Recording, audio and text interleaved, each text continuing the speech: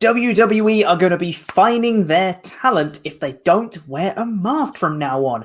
Crazy how that works out, considering the measures they've put in place before.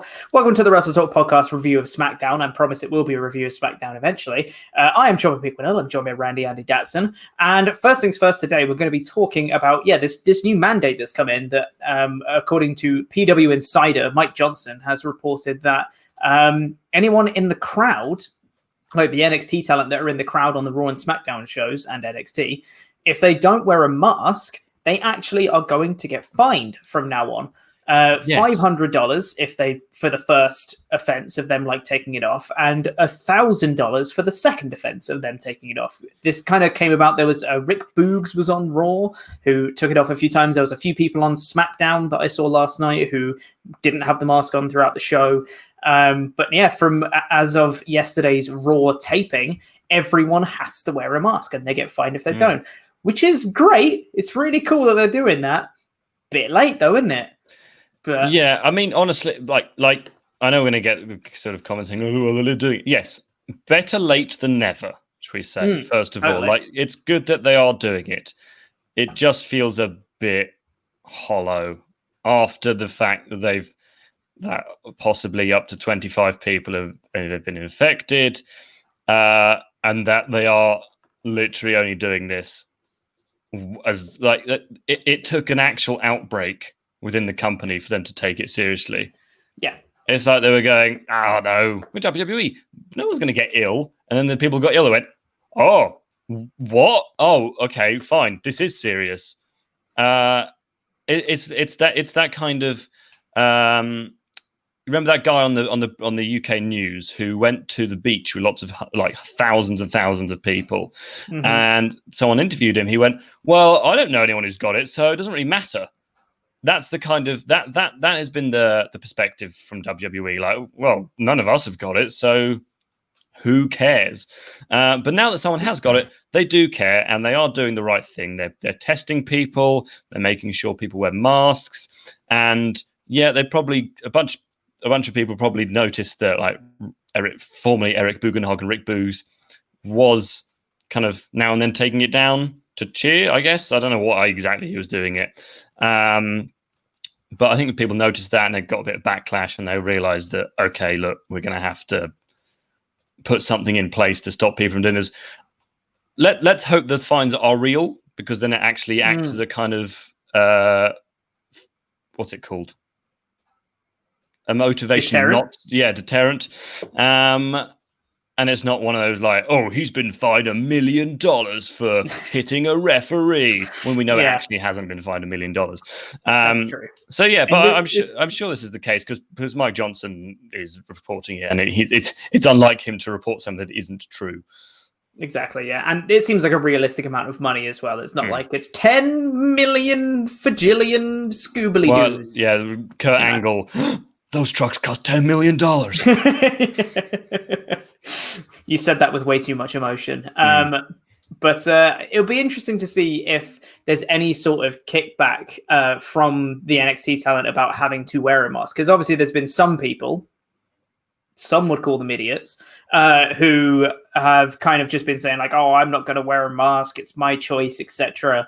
Low-key and Austin Aries have been on Twitter recently just being hey, I'm not going to wear a mask. It's all a conspiracy or whatever they're saying.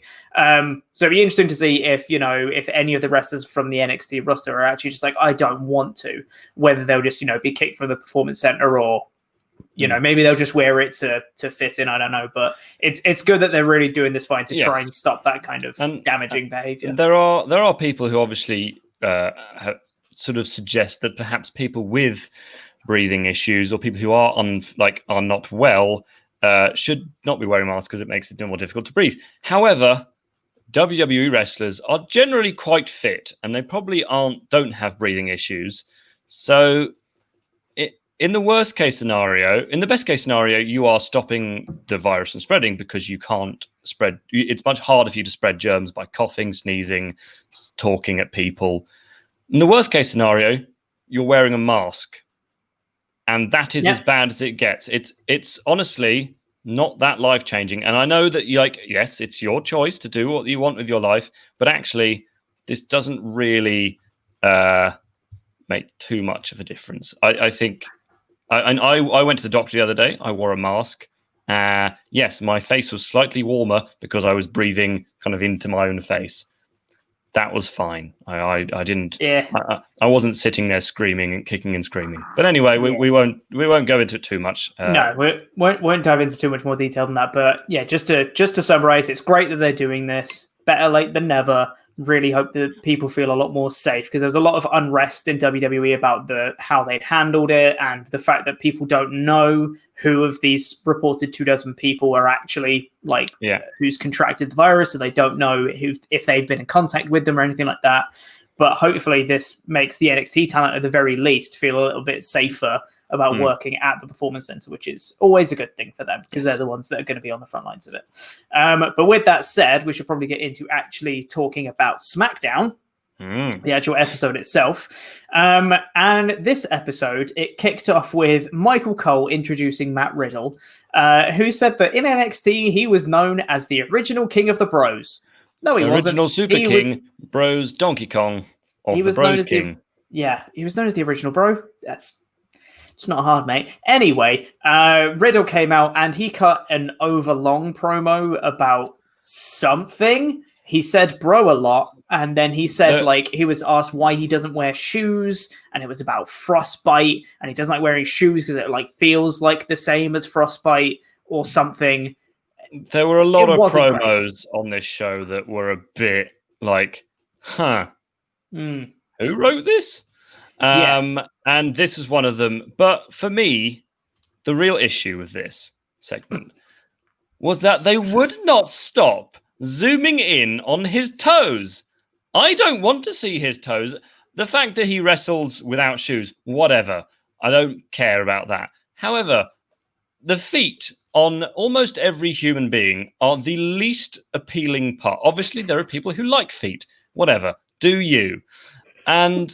But for me, I don't want to see Matt Riddle's feet over and over.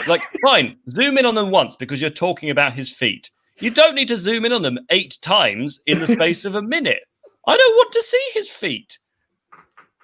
I don't want, if I was on TV with my shoes on, I wouldn't want people to look at my feet. Not that I've got particularly disgusting feet, but people don't need to see them. And So today on the WrestleTalk podcast, we've discovered that Randy Andy Datsun really doesn't like feet. Yeah, and I'm not one of those people who pretends to not like feet and then actually is really into feet. I really don't want to see feet. That sounds like something that someone who's really into feet would say. Just throwing it out there, mate. You caught me. I just love him. I was going to suck his toes. For me, that was the least egregious part of this promo. Oh, that was the worst part. No, fair enough. The rest of it was dumb. I got frostbite and therefore I won't wear shoes. That's not really how frostbite works. And also, if you got frostbite, your feet wouldn't look that pristine.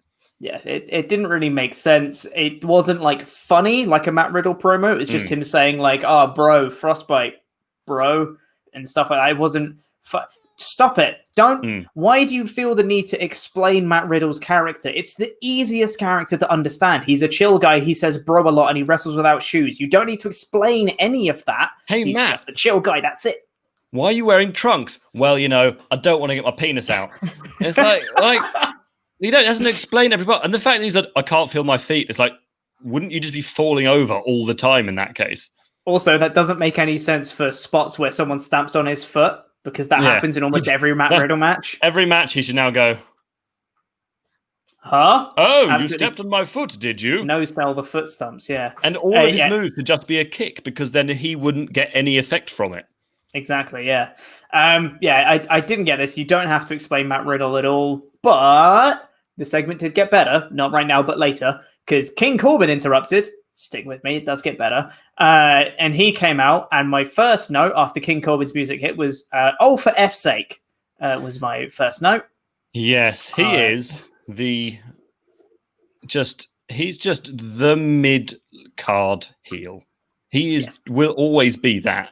And it obviously in WWE, in Vince McMahon's company's mind, this makes all the sense in the world because all the baby faces beat Baron Corbin. And there was that report that Baron Corbin had specifically said, I will not feud with Matt Riddle unless he's beaten, I think, 5 developmental talents or 5 other people before he faces me. So he's beaten AJ Styles, classic developmental talent. John, I'm on the wrong side of the camera. John Morrison, classic developmental talent, former tag team champion. So I guess he'll, I don't know, face John Cena next week and win that. So that's another developmental talent. For sure, yeah. But yeah, so it looked like we were going to get some kind of match between those two. But then Corbin goes, holla, holla. You're going to go one-on-one with the Mundo Taker. That was bad. Yeah, I just made that one up on the spot. Yeah, no, that was pretty bad. Yeah, he got a touch of the Teddy Longs and just said, you'll be facing this guy. And that guy was John Morrison, which was, I was like, have they been aligned before? Why is he doing this for Corbin? Sure. Miz and Morrison came out and honestly, wasn't a huge fan of the Riddle promo. Corbin stuff was usual Corbin stuff, whatever. Bloody love this match. I thought it was very good match. Bloody brilliant. Genuinely, John Morrison versus Matt Riddle was my match of the night on SmackDown. I thought it was amazing. Like Morrison's movements across the ring and through the ropes and stuff was absolutely amazing. Some of the counters that they had some really stiff strikes in there. Like, it was just a brilliant match. There was this really, really good. There was a move which looked like a razor's edge, and then he kind of ducked, and then Matt Riddle somehow started spinning on him. It was like, no, physics doesn't allow that. I know. And then he just kind of the bump didn't look that bad because it was actually from not very high up, but the way they got into it, and I was like, have these guys wrestled before? Because it just looked like they had just knew exactly what they were doing. There was no botches at all. I mean, I know it's edited to make like there might have been one, but it was just so clean and so good. And yeah, it like the whole sort of the narrative was that Riddle, he's new to SmackDown, but look at his heart. Look, he's escaping from everything. He's like the Riddler from Batman. I don't know Batman. But yeah, no, but that was the genuine narrative. I didn't just make that up. Like Riddle kind of kept kicking out of things, and Cole was like, after 2 moves, going, "What's Morrison got to do to put him away?" He's like, "Well, maybe hit a finisher as usual."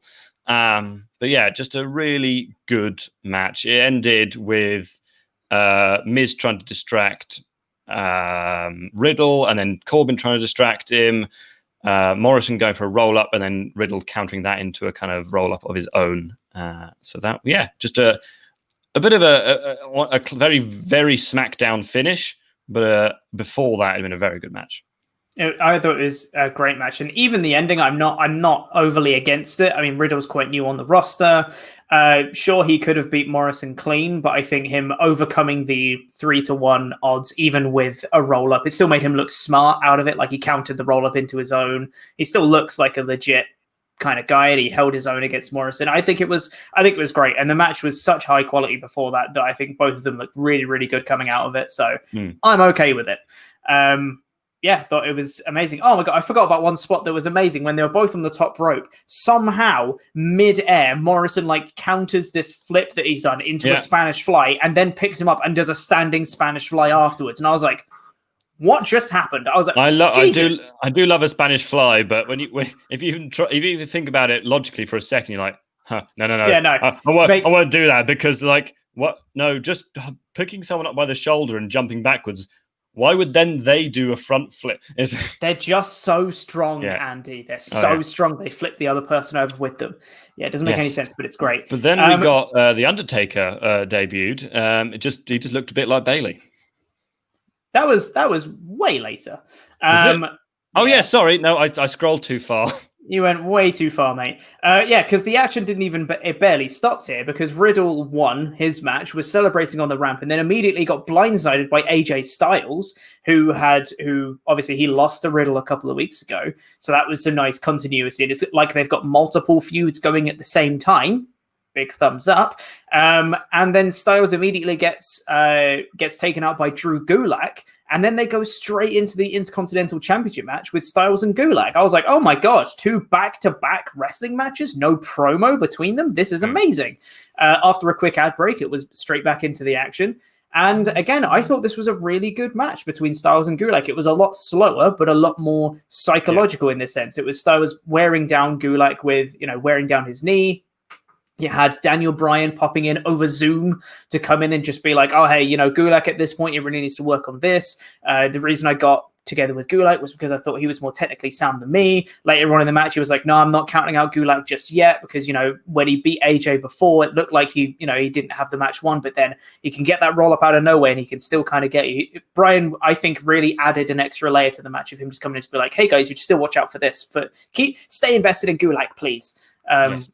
which was really, really nice. But it came to it in the end where AJ just kind of won quite comfortably in the end. He hit the Styles Clash out of nowhere and then propped Gulak up into the corner and then just hit a phenomenal forearm and just pinned him, which I think was a really good decision, honestly. I think Styles really needed this win. After losing to Riddle a couple of weeks ago, he needed like a good, strong win to be like, no, I am a dominant champion. So yeah, I thought it was great. Yeah, no, me too. Although there was one person who was not a fan of the Styles Clash. Here we come with our SmackDown highlight of the week, everybody. There's one person in this crowd who really, really didn't like AJ hitting the Styles Clash. You suck, AJ!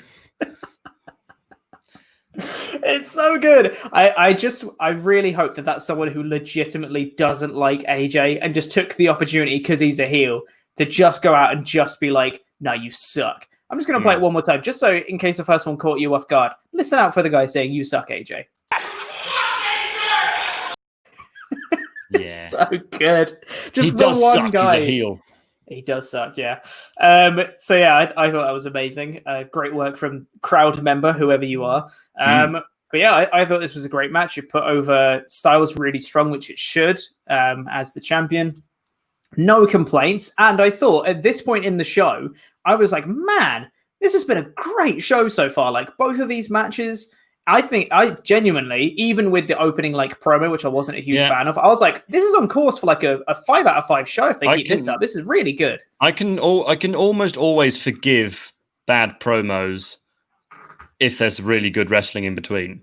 Mm-hmm. Like whatever. It was a really poor bit of writing, but the matches have made up for it. But hey, then we got Bayley and Banks. Just like I said earlier, I predicted it. Just like you said. But we got Bayley and Banks who came out doing more of their heel shenanigans. Mm-hmm. And they were saying, Bayley came out and said that after last week, The Undertaker personally called her and said, you and Sasha Banks are the best champions in WWE history. And I think, it's great that people paid a tribute to me last week, but I think people need to pay a tribute to you this week. So then they threw to their own video package, which for once makes sense for people to throw to the Titantron. And they said, this is what happened last week. It was an actual, we made this. We've made this thing. Have a look. And they made their own tribute video, which was cool. It had talking head segments of both of them, just complimenting the other person, and loads of clips of them being dominant, being Grand Slam champions. And, we've been, Sasha Banks' main evented pay-per-view at Hell in a Cell. Blah, blah, blah, all this, all their achievements that they've ever made. I thought it was good heel stuff. I really liked it. Literally no complaints about it at all. Until after the video package, because it came back from the video package. Bayley and Sasha, again, something else that I liked was them chanting, thank you, Bayley, thank you, Sasha, at each other, which I thought was great. But then they get interrupted by Alexa Bliss and Nikki Cross.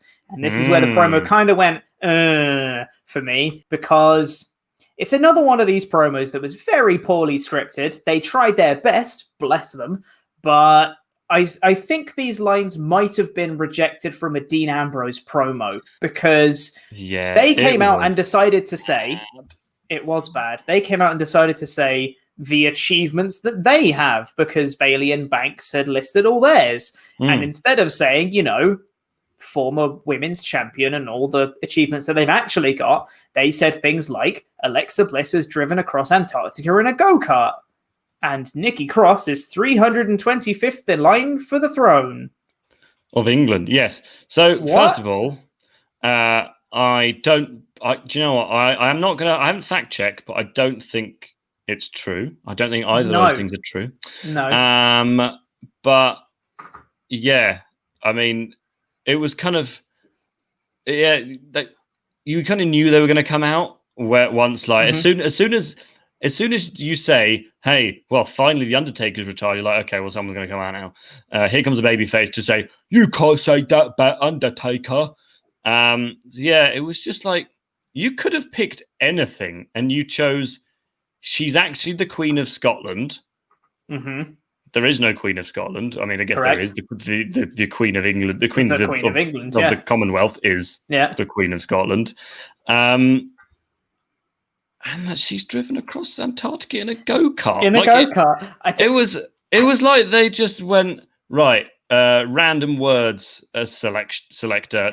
Google. Literally, the reason I say that it sounds like it's rejected lines from a Dean Ambrose promo is because of that Jon Moxley Talk Is Jericho interview when he's saying there was a promo where he just did wacky things and they expected him to say he rode 25 feet backwards on a unicycle and he did this other like wacky stuff. It was just random stuff that bears no resemblance to anything that should be said in a wrestling promo. It was so strange. And then after that, they had the gall to get into the ring and say, do you realize how ridiculous you sound, Bayley and Sasha? I was like, do you listen to what you just said? Like, and also, like, Bayley and Sasha have reason to, like, I know they're heels, but they are genuinely, they just beat you clean. And they're almost, also right.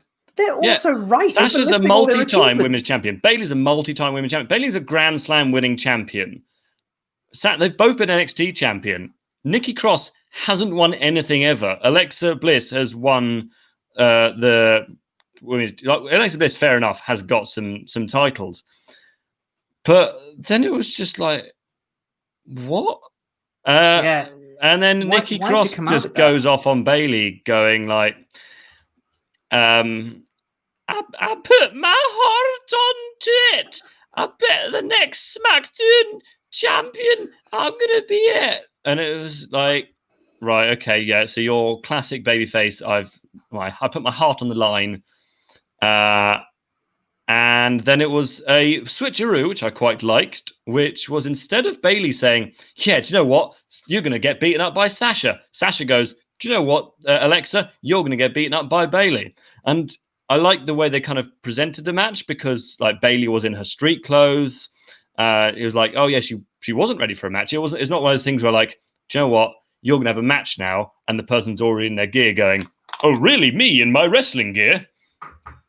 Yeah, I really like the switcheroo. It develops the story of Bayley and Banks, which is different but the same, which is nice. Kind of keeps that plate spinning, but without actually referencing the tension between them. Just like, Bayley was laughing at Nikki Cross saying that she was going to win at Extreme Rules. This is the horror show. And then, Alexa comes in and just slaps Bayley. While Bayley's on the floor, Sasha goes, you can't do that. Bayley will beat you up right now. And Bayley was like, say what? Which, it's a nice switcheroo of what's happened before. The match itself, I thought, was fine. Nothing special. It was more just around the fact of Bayley just continually taunting Nikki Cross on the outside, just being like, oh, what you gonna do, etc. for, like, basically the whole thing and, like, doing her own moves against her and stuff like that. To the point where Nikki got so mad that she couldn't handle her heel shenanigans anymore, and then she hit her for the DQ. It was fine. Yes. No, it wasn't long. It was only like 5 minutes. It was fine. Nothing wrong with it. It furthers their feud for Extreme Rules. Still don't think Nikki's going to win, but furthers the feud at the very least. There's a story there, so yeah, thumbs up. Yes. Why not? Yeah, no, all good. All good. And then we had the Bray promo, didn't we? Mm-hmm. Which was probably the better of the night's promos. Because it was a video package. Even if it was still silly. I have a prediction about this match. Do you now? Yes. And that is, I don't know if you noticed, but there was a lot of alligators in this match. And in the promo. I think, actually, I have two predictions. The first, that, and at the finish of the match, is going to be some kind of alligator shenanigans with Bray being dragged under or something. And Braun will then look at the water and go, "See you later, alligator," and walk off. And I guarantee that's either been pitched or that is what is going to happen. Because there is no way that an alligator is not getting involved, even if it's just like lots of splashes of someone lying under the water, like splashing the water, and then there's like a cut to an alligator, and then it cuts back to the water going, and Bray going, "Oh no!" Oh my god, I can totally see that "see you later, alligator" line. Yeah. Oh, it's going to be so bad. I can't wait. Yeah, according to reports, I think they came out today or yesterday, they're hiring like a stunt coordinator for that match. So it's going to be very kind of cinematic style. Yeah. Very much like they should be planning some big stuff, hopefully, with like a proper stuntman there. There hopefully should be some big kind of spots, which should hopefully mask the fact that it's in a swamp. It wasn't really a swamp, though, was it? It was a river, and they were like, "Oh, look! But here are some plants. They're in a swamp." It was swampish. I don't know. Anyway, I'm still not hugely into this match, just because I'm not really into Braun as a whole as Universal Champion. Well, the report is that they're going to be going through SummerSlam, so I'm assuming SummerSlam will be the big actual Fiend versus Braun match. That's what I hope. Yeah. Which will be the kind of the way that this feud should end, and it should end with Bray winning. Yes, hopefully. If Braun beats all three versions, like it'd be like someone beating like Mick Foley, Cactus Jack, Mankind, and Dude Love. Mm-hmm. So. Yeah, hope that doesn't happen. Be a bit pants. Hopefully not. But after that, we got another match that I quite liked, which was Kofi Kingston versus Shinsuke Nakamura. This is all built around Cesaro and Nakamura just being like, we're sick of being overlooked. We want to have a tag title shot. We've beaten these guys already. Why don't we have a title shot? So then they had Shinsuke versus Kofi Kingston. I made a prediction very early on in this match. I was like, oh my God, Nakamura is going to roll up Kingston after Cesaro gets involved. It's going to be so boring. And then about a minute later, Big E and Cesaro were both ejected from ringside. I was like, oh, yeah, okay, good. Good. Yeah, that's good. What is strange is that, or like what is ironic is that they're like, oh, we've been overlooked for ages. We want a shot at the SmackDown tag team titles, which I don't know if they've noticed this, but are the most hot potatoed, almost unimportant titles on main roster WWE. Like they are just given to whoever they want. Yeah. They were really good at WrestleMania. That SmackDown tag title match at Mania was great. And then kind of since Miz and Morrison lost it to New Day, it's just kind of been like, the champions just keep champions. Losing. Yeah. It's very strange. But before Big E was kicked out, everyone knows Big E's a bit weird, like in a very kind of wholesome way. Totally. Because sometimes he just does something. You're like, huh. Okay. Why did you do that, Big E? Yes. This is another one of those things where after Shinsuke Nakamura was thrown into the plexiglass barrier by Kofi Kingston, Big E thought it was hilarious. So we've got our, for the first time ever, second SmackDown highlight of the week. I know, there's two of them. It's mental. But have a listen to Big E's reaction to Shinsuke being thrown into the plexiglass. Those are the keys to keeping down Kofi Kingston and Big E. Like, what on earth is he doing? And for context, for podcast listeners who can't see this, he is like properly squatting down over Shinsuke and like laughing at him there. Screaming with laughter. It's like he should be playing the Joker with that laugh. Like, good God, that's quite the freaky laugh. I thought it was great though. I loved it. I love Big E. He's great. Also on his entrance, he just got on his side and just rolled down the whole ramp on the entrance because he can. Why not? Big E shenanigans. Loved it. Yes. Yeah, the match itself, though, I thought was quite fun. There was a lot of inventive counters back and forth. Got quite into the action towards the end, a lot of near falls. And then Shinsuke just won. He just hit the Kinshasa to the side of Kingston's head and won. It was a very unusual Kinshasa because he was sort of side on, and Michael Cole didn't call it a Kinshasa or anything. He was like, "Oh, it hits him with a knee." Oh, sorry, that was the finish. I knew that. Yeah. And he does hit that running knee every so often, but doesn't normally get the pin off it. So I don't know whether he's actually just changing his finisher to include that now, or whether it's just a weak finish for Kingston because WWE hate Kingston. Who knows? I thought it was good that Shinsuke won clean. I liked that, even if Kingston's the tag team champion, even though, Kingston was a former WWE champion and all that stuff. If they're trying to build a tag team title match with Cesaro and Nakamura and for them to be taken seriously, I think this is a solid way to do it. And it sets up a tag title match, which they announced for next week. Cesaro and Nakamura versus the New Day for the tag titles, which I'm excited for. I thought they may have teased something as well with the table. I think there's going to be shenanigans next week, and then there's going to be a tables match announced for Extreme Rules. That is my guess. A great shout, because right at the end of the match, Cesaro came back out after Shinsuke won. Cesaro came out to applaud Shinsuke for winning, and Cesaro got out a table, looked like they were going to put Kingston through it before Big E came back out and made the save. There's definitely some scope for that for a tables match at Extreme Rules. This is the horror show, etc. They also announced next week that it's going to be Wyatt versus Strowman from Money in the Bank will be shown in full on SmackDown next week. Can't wait for that. And also Bliss and Cross versus Bayley and Banks is also happening next week.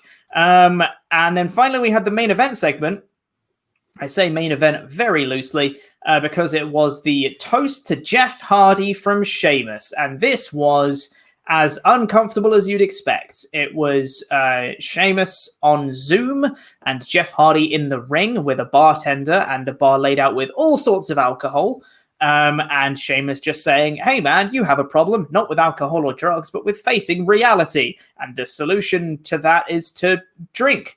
And then Hardy was holding up the glass of little bit of the bubbly that he got handed by the bartender, and he was just like, "Oh, you know what, I might drink." And Sheamus was like, "Come on, Hardy, drink." And I was like, oh my god, this is really uncomfortable for someone who's actually recovering from addiction. Someone to be like, "You should take a drink, Jeff." I was like, oh, don't say that. But it's okay, uncomfortable because Jeff's a babyface and he wouldn't hurt anyone completely innocently. Because there was the bartender in the ring, who apparently Sheamus had hired to be in the ring, who handed Jeff the glass. And Jeff, in response, took the glass, looked like he was going to drink it, and then swerve. He poured the glass over the bartender, said, "Oh, it's like it's a mean thing." Oh, that's not very nice of him. And then Jeff goes, "Actually, do you know what, bartender? I'm going to kill you." And he just grabs, and I'm so glad. I mean, I hope that multiple bottles were rigged, because if it was the only one and he picked up the wrong one and just completely glassed this guy, the guy could have had like split his head open. But yeah, so it was obviously a sugar glass bottle with liquid in it. But he just twats this guy over the head, who just like completely potatoes down. It was so good. Jeff's just like, "Yeah, I'm a babyface." And then hits him with a swanton. And this guy is just lying there like, "I'm just a waiter." Now, obviously, I'm just doing my job. A developmental talent or like a local wrestler. But yeah, it was like so good. Huh. Like, "You dare try and give me alcohol, I kill you." Which, you shouldn't give him alcohol, fair, but the dude was hired specifically for that purpose, and he was doing his job. It was, oh my god. Imagine if you're at a restaurant and you were trying to cut down the booze, and the waiter goes, "Oh, would you like some wine too, sir?" And you just stood up, grabbed the bottle, and just whacked him over the head with it. Went, "No, I'm recovering." And everyone in the room's going, "Woo! Yeah! This guy, yeah, we like him." He got endorsement from the Undertaker. It was hilarious, and that was the show. That was it. Hardy smashed the bottle over the guy's head, hit the swanton, stood tall, and everyone went, "Yeah!" And that was the main event. I was like, why was that the main event when you have an Intercontinental Championship match on the show? On the floor. Yeah. Oh man. I mean, it was a bad segment. I thought that the bottle smash was hilarious and great. Loved it. But the actual promo from Sheamus was bad. I don't blame Sheamus. It's the content he's given. No. It's not great at all. He was Very actually uncomfortable. Yeah, so he was on After the Bell with Corey Graves this week and was like, yeah, lots of people really hate me now. And it's like, it's not really his fault, because actually, from what I've seen and from what I've heard, Sheamus is a really nice man outside the ring. So to have this kind of level of hatred just because WWE are making him look like someone who's trying to force someone with a genuine addiction to be addicted again. I know. Like it's like your mate who's been addicted to crack, and you just walk around with a little bag of white powder, going, "Do you want some?" I mean, it's like ridiculous. That's not how you act. Or, like, whatever. I know he's a heel. Anyway, we've been over it, but yeah. But anyway, that was the show. I thought this was a really fun show overall. The first half I thought was brilliant. Like I said, on course for a 5 out of 5 show. The Bayley and Bliss match and the main event and their promo wasn't really up to that quality, but there was a ton of wrestling on the show, not that many promos, and the wrestling was really good. So I think it's a comfortable 4 out of 5 show. Yeah, first half was a 5, second half was a 3. So yeah, just average it out to a nice old 4. Nice old 4 out of 5. I thought it was great. I'm looking forward to more SmackDown, which is more than I can say than usual. So thumbs up from me. But before we get out of here, we now need to say thank you to some very special people, and those are our $25 and above pledge hammers on Patreon. If you haven't been to WrestleTalk's Patreon page yet, you should. There's a bunch of extra bonus content and perks, and if you pledge at the $25 and above tier, you get your very own custom wrestling nickname that gets read out on a show much like this one. So thank you to Batty Man, Nathan Batty. Oh, Thank you. Love that. The Craftsman, Blake Carpenter. Sorry, Ollie isn't here to read that. Very much. Wonderwall, Brian Gallagher. Woo! Oh. Thank you. The Kessel Run, DX Solo. Woo! Thank you. The $100 Man, CD Horvey. Oh, yeah. Jam that jam, Josh. Jam that jam, Josh. Woo! Yeah. The Rocket, Dan Van Sky. Woo! Thank you. Oh, this is so hard not to roll R's on. WrestleTalk's personal ring announcer, Rodrigo Benitez. That's the way. Thank you, Datsun. No one names their kid this anymore. Larry. Oh, Barry's better. Will Landparty Landrum. Hey, there it is. Thank you. Luke's favorite fan, the one, the only, the awesome Bubba. Oh, and finally for today, the 5-time champ, Ryan T. 5-time, yeah, thank you. Thank you very much. And thank you for watching as well. Thanks to all the Pledge Hammers, and thanks to you for watching. Nice. Please press the videos that have just appeared on the screen to catch up with the latest awesome WrestleTalk things, and the button in the middle, that way, that will make you become a Pledge Hammer on Patreon. I've been Chopper P. Quinnell. This has been Randy Andy Datson. And that was SmackDown. Bye. Bye. Bye.